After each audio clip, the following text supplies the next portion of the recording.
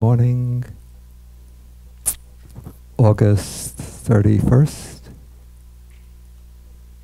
2014.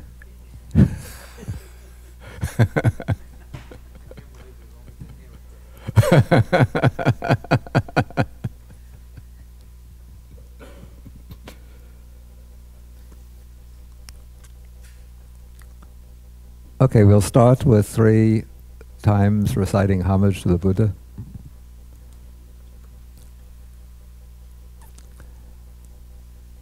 Namo tassa bhagavato arahato samma sambuddhassa. Namo tassa bhagavato arahato samma sambuddhassa. Namo tassa bhagavato arahato samma sambuddhassa. Okay, good morning, everybody.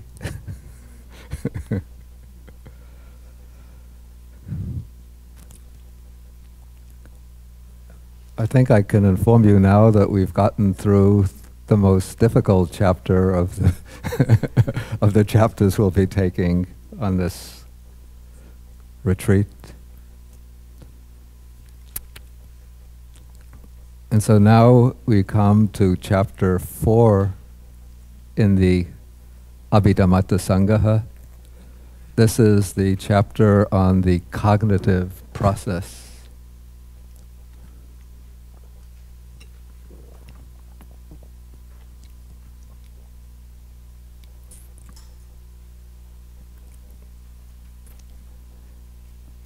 And you'll see that some of this will already be familiar to you, and at least you'll have a pretty strong conceptual background for understanding a lot of this.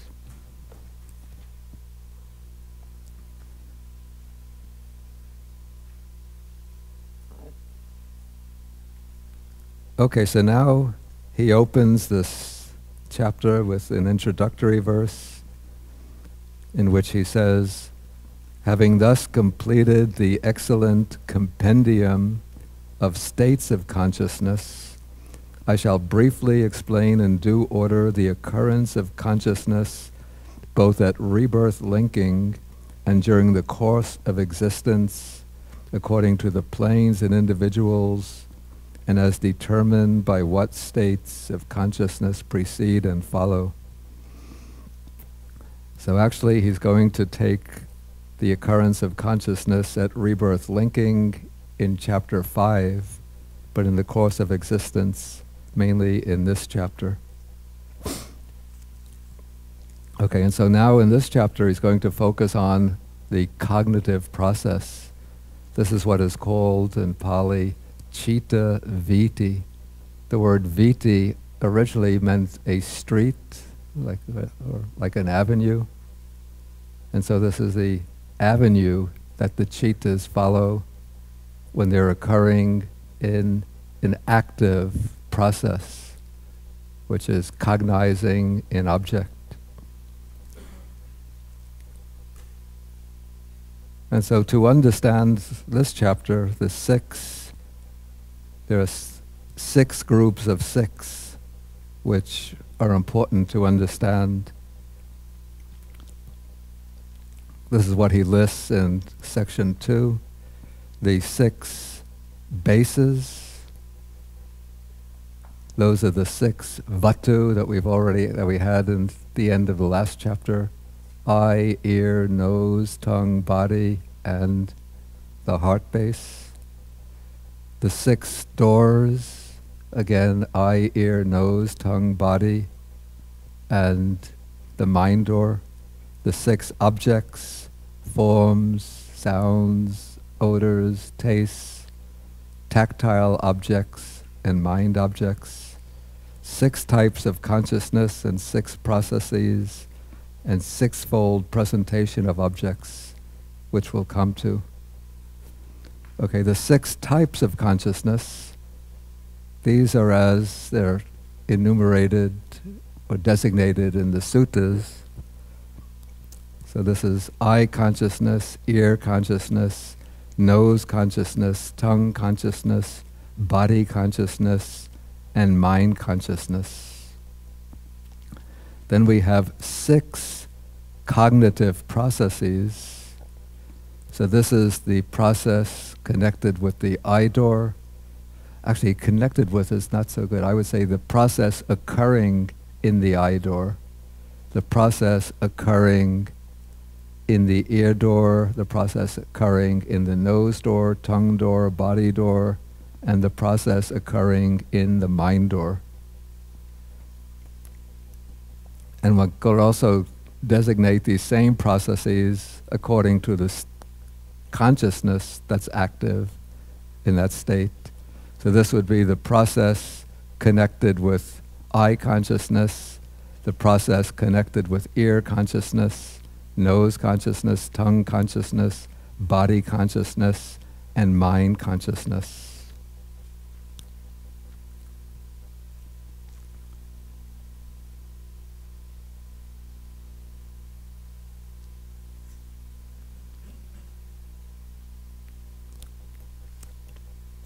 Okay, and so to understand the cognitive process, we've already enumerated and discussed the various cittas, the active cittas. And what's important to understand is that these cittas don't just occur at random or in any kind of, in any kind of random order, but there's a fixed sequence, a fixed order to the occurrence of these states of consciousness. They're sort of woven together into a dynamic process in which each stage serves as the precondition for the next stage, and each stage has its distinct function to perform in the act of cognition.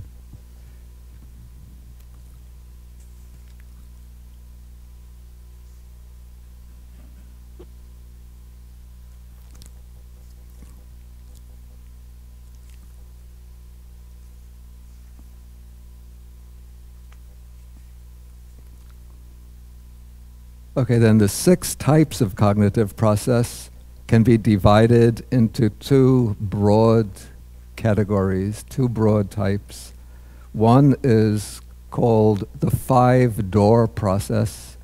This is a process which is occurring through any of the sense doors, the physical sense doors, eye, ear, nose, tongue, or body. So those, even though the particular sense faculty involved differs from one to the other, but they all follow the same basic pattern, the same sequence.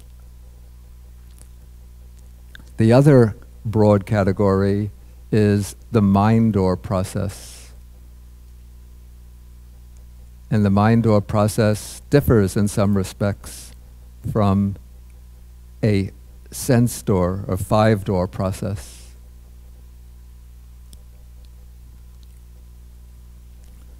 And we could see this difference appearing in what's called the 6-fold presentation of objects. This is paragraph 5, section 5. So the text reads, "The 6-fold presentation of objects should be understood as follows. So the process at the 5 sense doors can be distinguished into 4 categories, 4 types. There is the very great process, the great process, the slight or minor process, and the very slight process.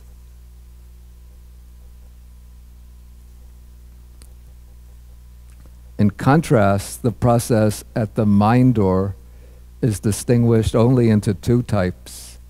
The clear and what's called here the obscure, but I think maybe a better rendering would be simply the not clear.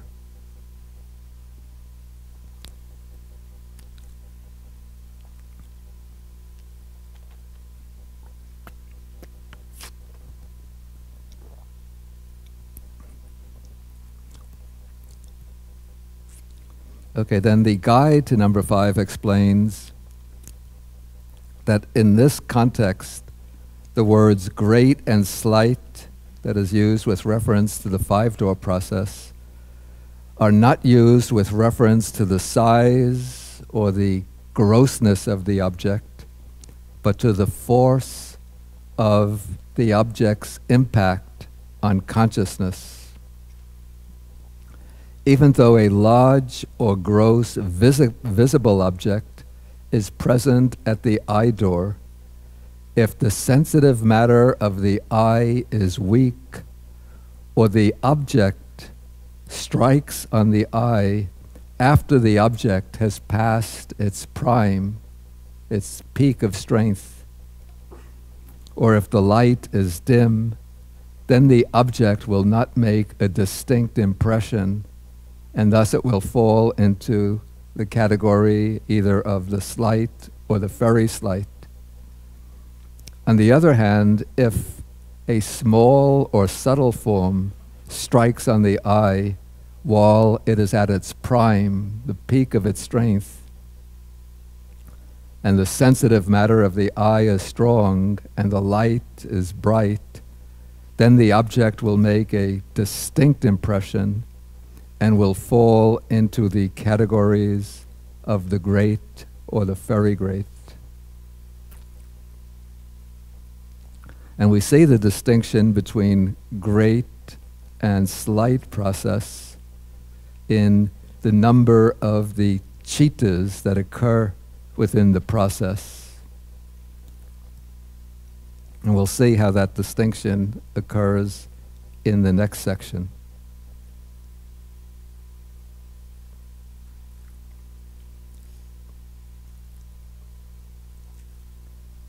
Okay, now we're going to take in more detail the 5-door process, beginning with the very great object, or a very great process.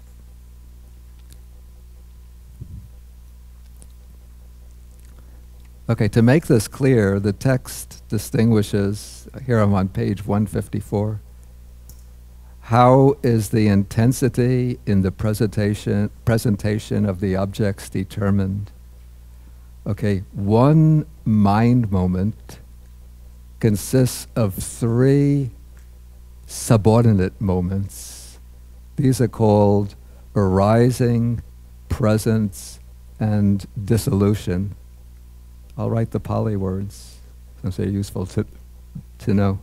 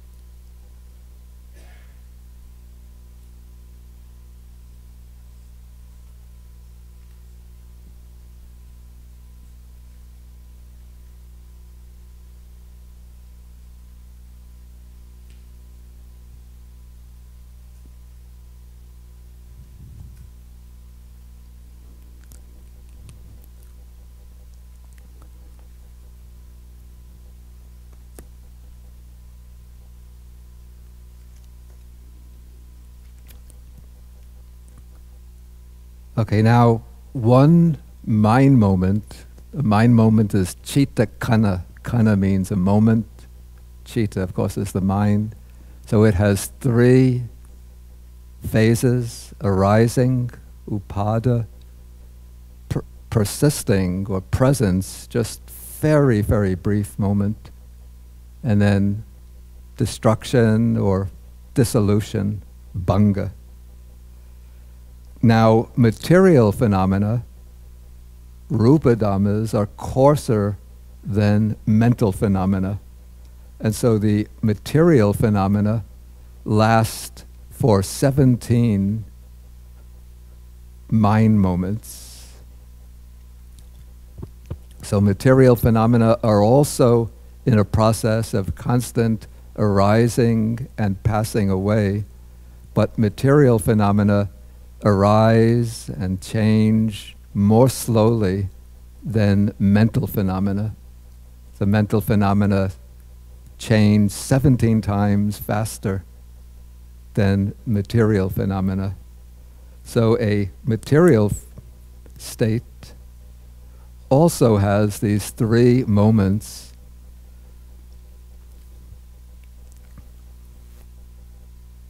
So this is citta.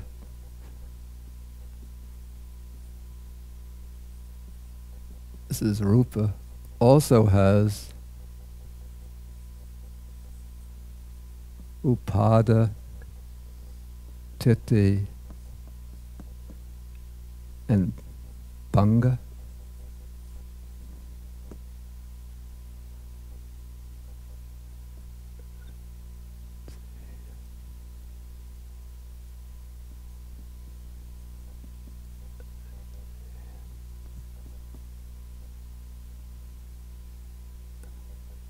Now, the arising moment of material phenomena is the same duration as the arising moment of the mind. The destruction or dissolution of material phenomena has the same duration as the dissolution of the mind. And so since rupas exist for 17 mind moments, they last for 51 sub-moments of citta. But since these two are equal, this means that the titi, the moment of presence, lasts for 49 times this. Is that correct? Anybody? Any mathematicians? What? Repeat, okay. Okay. A citta has three sub-moments, okay? Arising, presence, destruction, passing away. A material phenomena has the same three phases, but a material phenomena lasts 17, there are 17 cittas go by in the time that one material phenomena goes by. So the citta is 17 times more 17 times quicker in its change than material phenomena. Okay, now the length of the arising of a material phenomena is equal to the length of the arising of the mind moment. And the dissolution moment of the material phenomena is the same as the dissolution of the citta.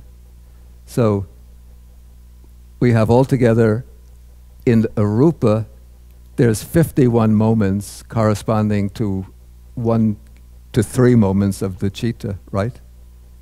Okay, but since the upada moment is the same, the bhanga moment is the same, so the presence moment or the presence occasion in rupa will be 49 times longer than the presence sub-moment in citta.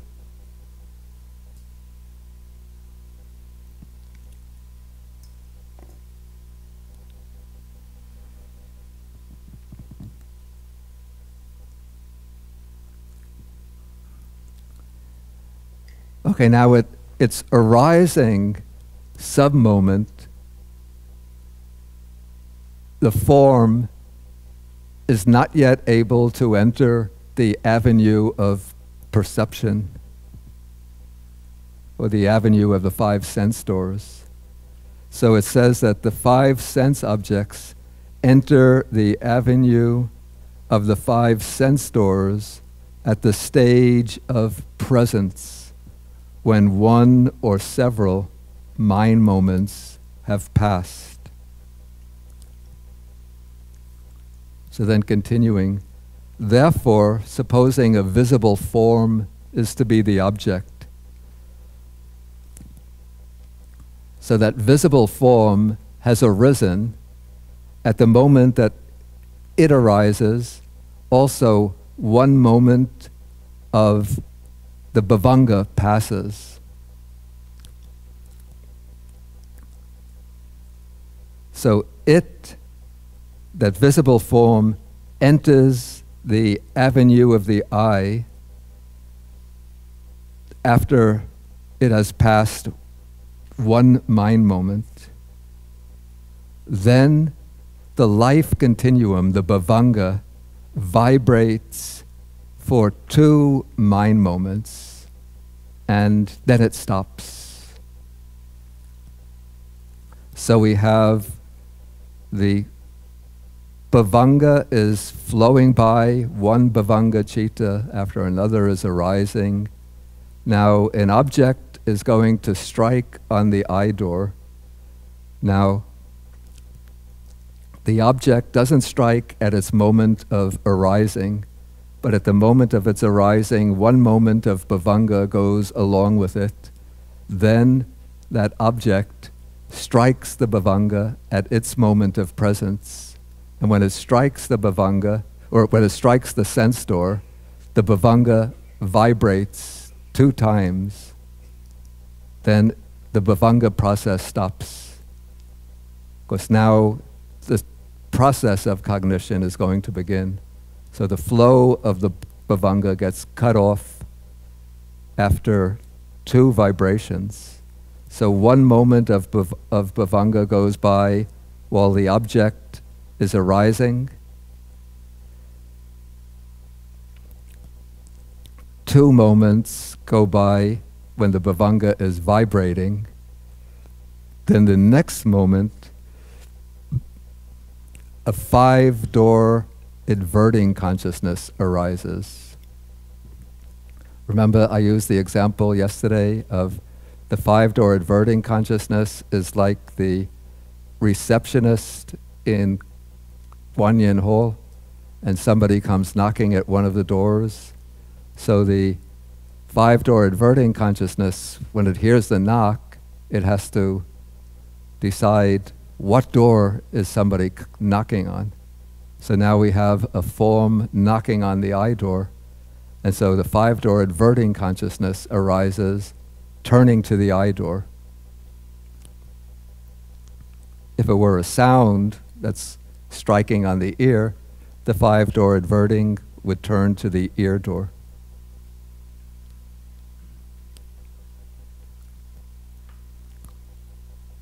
Okay, now, so it says the 5-door adverting consciousness arises and ceases, adverting to that same visible form as object. Immediately after there arise and cease in due order the eye consciousness seeing that form. Remember, the eye consciousness just takes in the color, light and darkness, maybe shape of the object. So it's just like the camera that opens to admit the form of the object. Then comes the receiving consciousness, which just for a moment receives the object. Then comes the investigating consciousness, which turns to the object to investigate what is it. Then the determining consciousness, which determines the object. And so now we've come through the entire fairly passive part of the cognitive process. And once the object is determined, then any one of the 29 sense sphere jhavanas that has gained the right conditions runs its course, generally for 7 mind moments. After the jhavanas, 2 registration resultants arise according to the nature of the object. Okay, so we have now the 2 registration consciousnesses register the impression of the object, and then the process comes to an end, and again the bhavanga arises.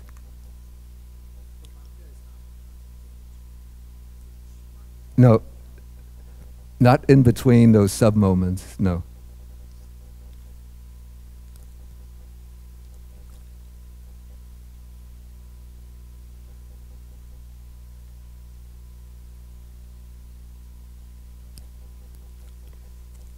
Okay, so then the text concludes, to this extent 17 mind moments are completed. Namely, there are 14 acts of process consciousness. So the process begins with 5-door adverting, ending with the second moment of registration. Then before the process actually arose, there were 2 vibrations of the life continuum when the object struck. And even before that, there was 1 mind moment that had passed just when the object was coming into range, before it actually made an impression. Okay, then at the very moment that the second registration consciousness ceases, the object itself ceases. That's because the object arose together with that past moment of bhavanga. Then following upon that, there were 16 chittas arising while the object is continuing to exist, and then both of them cease to exist simultaneously.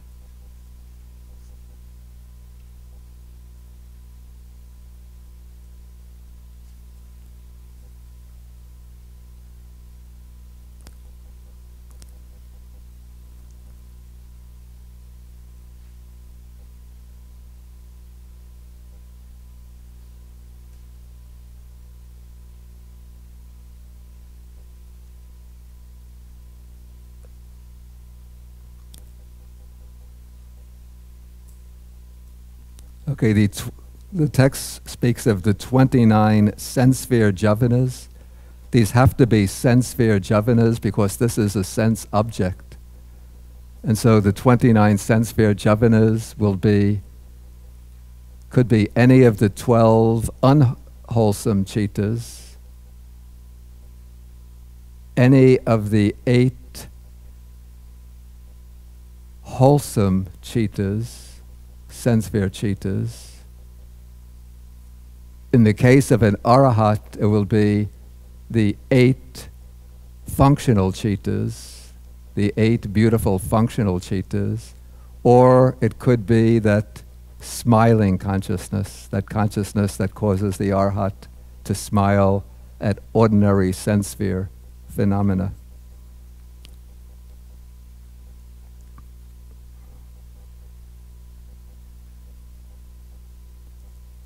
Okay, so this is what is called a very great process because we have the full 17 chittas in this process.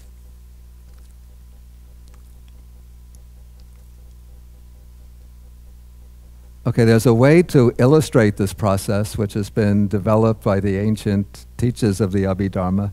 You find this on page 158. This is in the guide to number 6, about the middle. This is a useful illustration. It shouldn't be taken too literally, but it helps to make clear in a concrete way what's going on with this process of cognition. So it says, the ancient teachers of the Abhidhamma illustrate the cognitive process occurring in the sense doors with the simile of the mango. Okay, here's a man is sleeping at the foot of a mango tree with his head covered. Then a ripe mango, somehow it gets loose from its stalk and it falls to the ground, and as it falls, it grazes the man's ear. So the man is awakened by the sound. He opens his eyes, he looks, then he stretches out his hand, he takes the fruit, squeezes it, and smells it. Having done so, he eats the mango, appreciating its taste, and then he goes back to sleep.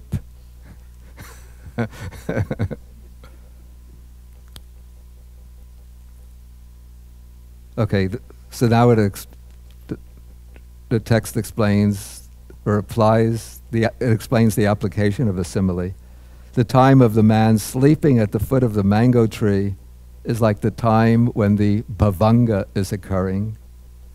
Then the instant of the ripe mango falling from the stalk and grazing the man's ear, this is like the instant the object strikes one of the sense organs, in this case, the eye. Okay, the man awakening through the sound, that is like the five-door adverting consciousness turning towards the object.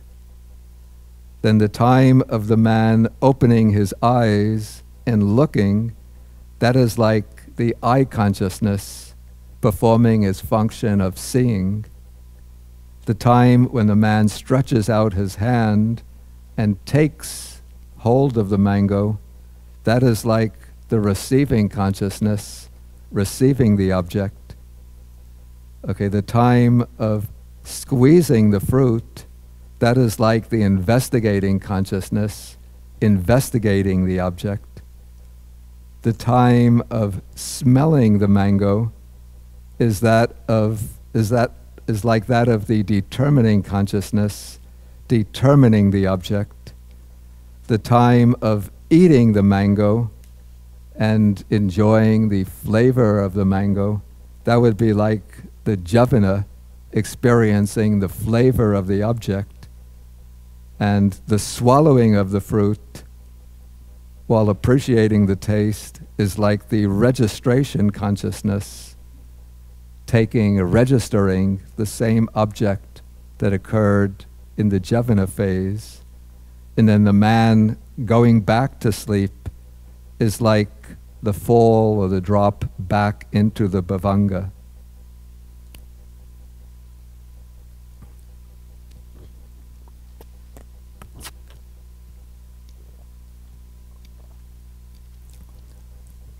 And what's important to note here about the cognitive process, I think this was the reason, one of the reasons why the Buddhists devised this idea of the cognitive process, is that it shows how the entire process of cognition can occur without any permanent, lasting self, ego, subject standing behind cognition as an enduring experiencer, the one who's in control of the process, the one outside the process who knows it. But what we call knowing, being conscious, experiencing an object occurs as a sequence of momentary states of consciousness, each performing its distinct function.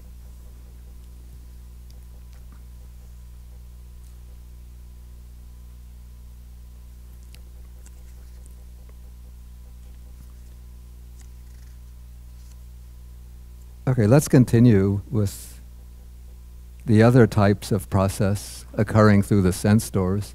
So the process that we just covered, when all 17 mind moments occur, that is called the great process, or a process with a very great object. Now comes a process with a great object. And so the text says the object is called great when it enters the avenue of sense after having passed a few moments. That is, the form, the material form that's going to be striking on the eye doesn't strike when it's at its prime, right after the moment of arising, but a few moments have gone by, so it's starting to lose its strength. And so because a few moments of the form have gone by, the form is not able to survive right up to the ending of registration moments. And so for this reason, the registration moments won't occur, because the form ends before the registration moments can arise.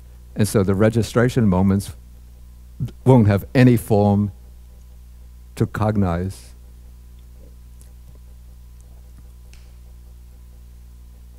Okay, so it's unable to survive till the arising of the registration moments. So in this case, right at the end of the Javana stage, there comes the drop into the bhavanga again, and there is no arising of registration consciousness.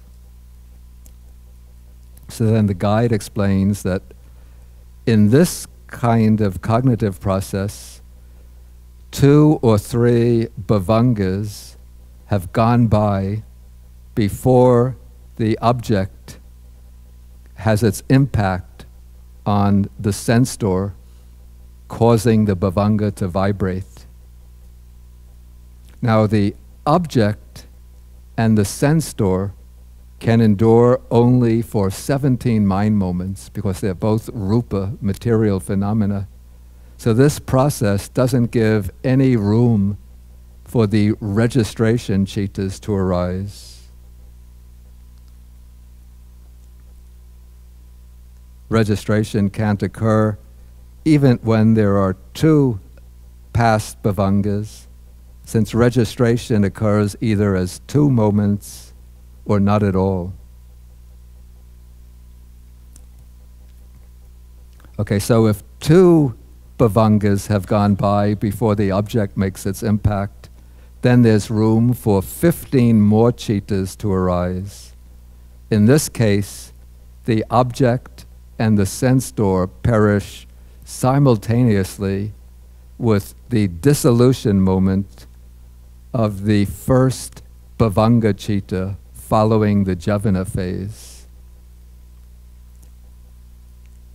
When there are 3 past bhavanga chittas, then there's room only for 14 more chittas to arise, and in this case, the sense object and sense door perish simultaneously with the last Javana chitta. See, we could see this. There's a table on page 161. This is table 4.2.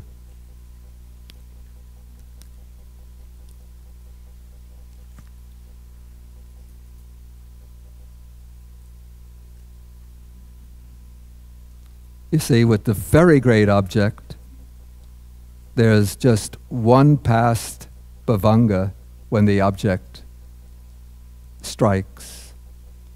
And in this way, we get all 7 Javana chittas, 2 registration chittas, then the bhavanga arises again.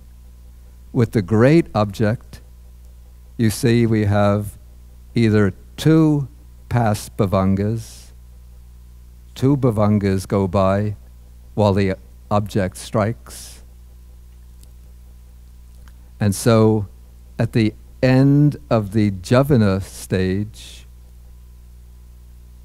1 bhavanga occurs simultaneously with the very end of the object and the sense door.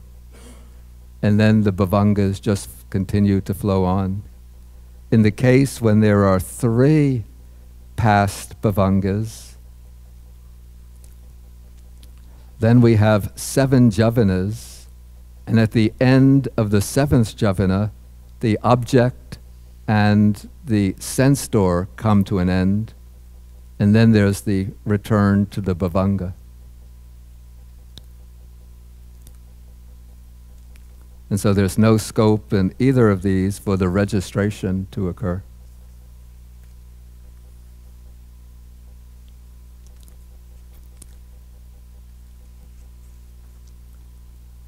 Okay, now the third type of presentation is called the slight object. And the text says that the object is called slight when it enters the avenue of sense after having passed a few moments. And according to the chart here, these range from 4 past bhavangas to 9 past bhavangas.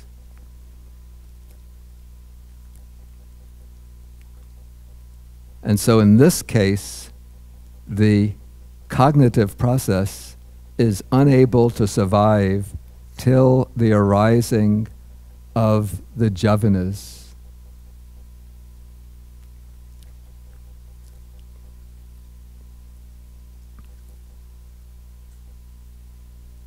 In that case, the jhavanas do not arise, but the determining consciousness occurs for just it occurs for 2 or 3 moments.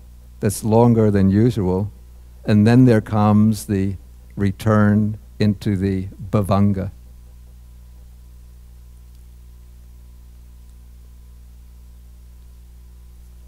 And from the diagram, from the table, you could see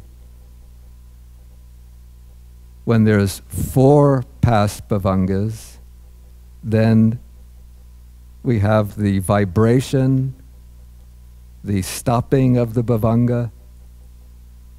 We have 5-door adverting, eye consciousness, receiving, investigating.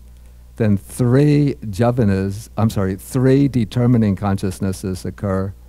3 bhavangas will occur while the object and sense door continue to exist. Actually, 4 bhavangas will occur while the object and sense door are existing. Then there comes the flow of the bhavanga. And then we can take this down to the case where 9 past bhavangas have occurred before the object makes its impression on the sense door. In that case, there is the vibration of the bhavanga occurs, then the arrest or stopping of the bhavanga, then 5-door adverting, the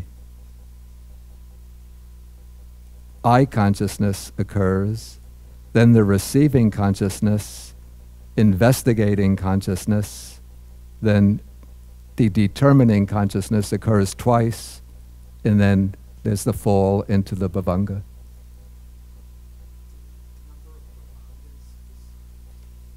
Number of bhavangas is determined by our recognition of the object, or what causes it to have 4 as opposed to 9 or 3? That depends on the stage when the object makes its impinges on the sense door. Yeah, if the object impinges right after the moment of arising, then just 1 moment of bhavanga goes by, and that will be the very great object. If the object impinges after 2 moments of bhavanga have got, if the object impinges,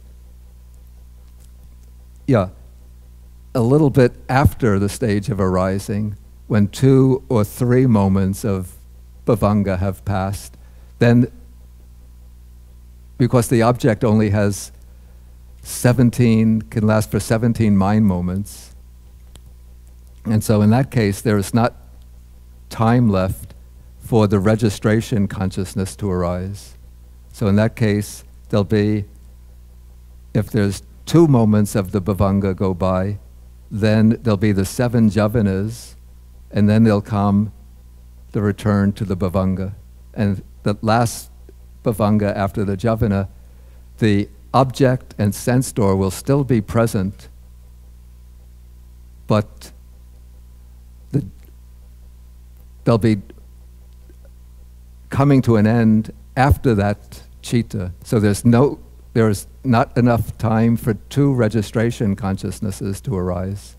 And so just one bhavanga arises, and then that bhavanga ceases together with the object and the sense door. On the other hand, if the object makes its impact just a moment later, then 3 bhavangas go by, and in that case, there's time for 7 jhavanas, but at the end of the 7th jhavana, both the object and the sense door also come to an end. And so there's no room for registration consciousness, because the registration consciousness has to take the object of this process. And if the object ceases before there's time for the registration consciousness to arise, then the registration consciousness cannot arise. Got it? It's very subtle. Let me see if I could think of a simile for this. Well, what causes it to cease before the registration? Is that recognition or is this something we... What causes the object to... That's because the object has a fixed lifespan of 17 mind moments. Not 17 mind moments. So the object has to cease at the end of the 17th mind moment. And so there's no time for the registration consciousness. I'm trying to think if I get an example.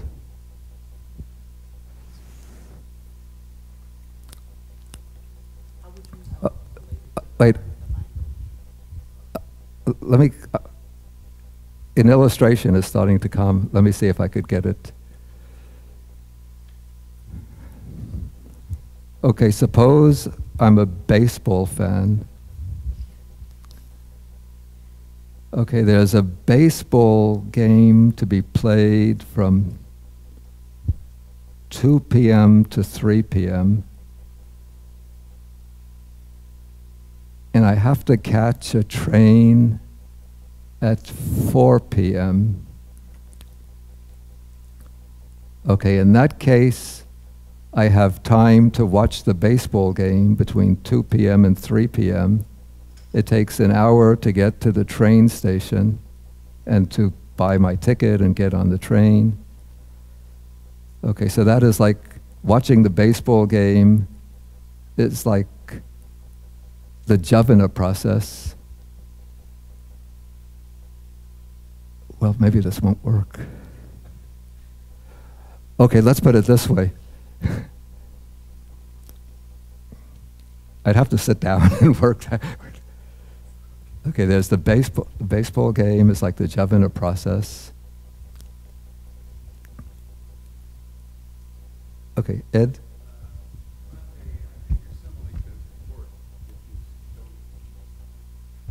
I think your simile works if you don't have to explain all the processes, because basically it's a delay in the starting of the whole process. Yeah. So let's assume that you have your same example, and you're going to go to the base, you're going to go to the train station, and just for, it can be even right outside the door. But you have a 9-inning game that is like the 17-step process. Yeah. But something happens. There's some rain, or it doesn't get started for some reason. Yeah.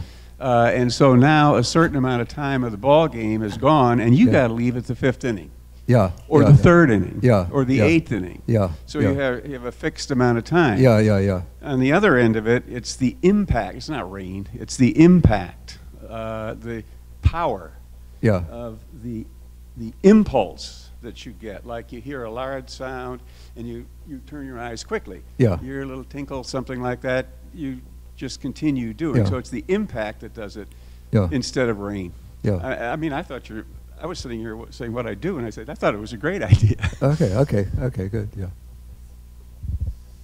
Okay, Prithvi? Take the microphone, please. I understood it better when I thought this way. This is the way. The object comes and stays 17 moments and goes away. Yeah. Without the object, there cannot be any cognition. There cannot be? Any cognition. Yeah. The bhavanga, rather than saying big object or greater object, it is the alertness of the bhavanga chitta. The object is there. This wakes up after, say, 10 moments passed, and nothing happens. And if it wakes up in the first moment or second moment, then it has a process of, in 17 moments, it can perform all full cognition of it. Yeah. So if we stress the alertness of the bhavanga to react to the existing object, it really fits into the thing. I mean, but they said that way, but this way I could understand better. Yeah, okay. Thank you. Okay, I think we want to, let us finish the 4 types of process. We still have another one to take.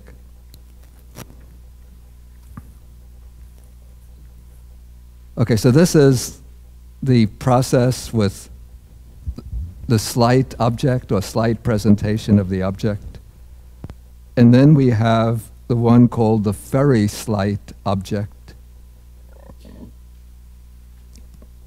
And so this is the case where the object is called very slight when it enters the avenue of sense as it is on the verge of ceasing, and after having passed a few moments is unable to survive until the arising of the determining consciousness. In that case, there is merely vibration of the life continuum, but no arising of a cognitive process. And we see this, I think, more clearly in the table 4.2. So here, remember that the form has a lifespan of 17 moments. And so if 10 to 15 moments of the bhavanga have gone by, in the case when 10 moments have gone by, there are just 2 vibrations of the bhavanga, and then the normal flow of the bhavanga resumes through the rest of the lifespan of the object and the sense door. Similarly, if there's 11, 12, 13, 14, 15 moments of the bhavanga pass by, again, there's just 2 vibrations of the bhavanga, and then in the last case, immediately the object and the sense door perish, and the bhavanga resumes.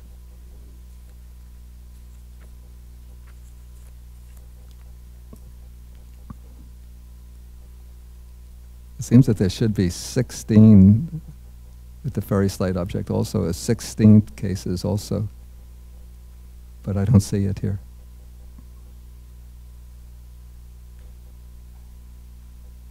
Oh, I see. When there's 16 or 17, then there's not even room for the 2 vibrations of the bhavanga. Yeah, so, I'm sorry, so it's just when there are 15 moments go by, then there's just room for 2 vibrations of the bhavanga, and then it comes to an end. And so we have here what's called the 4-fold presentation of objects. And so these 4 processes are called alternative names for them. They're called, the very great presentation is called the course ending with registration. The great presentation is called the course ending with the jhavanas. The slight presentation is called the course ending with the determining consciousness, and the very slight process where there's just two vibrations of the bhavanga is called the futile or empty process.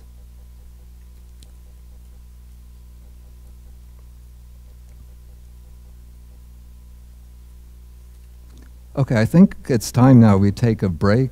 We'll have a 15-minute break. Then we'll come back and we will do the mind door process.